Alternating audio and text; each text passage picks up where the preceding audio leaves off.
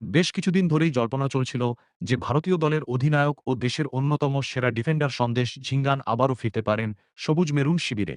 বর্তমানে এফসি গোয়ার সঙ্গে তার চুক্তির মেয়াদ শেষ হওয়ায় তিনি ফ্রি এজেন্ট হিসেবে বাজারে রয়েছেন, আর সেখান থেকেই শুরু হয়েছিল এই ট্রান্সফার জল্পনা।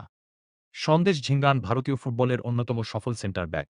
মোহনবাগানে খেলার সময় তিনি ইউরোপে খেলার স্বপ্ন পূরণ করতে ক্রোয়েশিয়ার ক্লাব এইচএনকে শিবেনিকে যোগ দেন।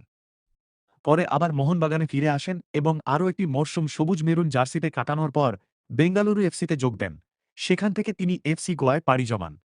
মোহনবাগানের রক্ষণভাগকে আরও শক্তিশালী করার লক্ষ্যে ক্লাব কর্তারা নাকি ঝিঙ্গানকে ফেরানোর ব্যাপারে আগ্রহী, এমন খবরও বিভিন্ন মহলে ছড়িয়ে পড়েছিল। সমর্থকদের একাংশ পুরনো নায়ককে আবার সবুজ মেরুন জার্সিতে দেখতে চেয়েছিলেন।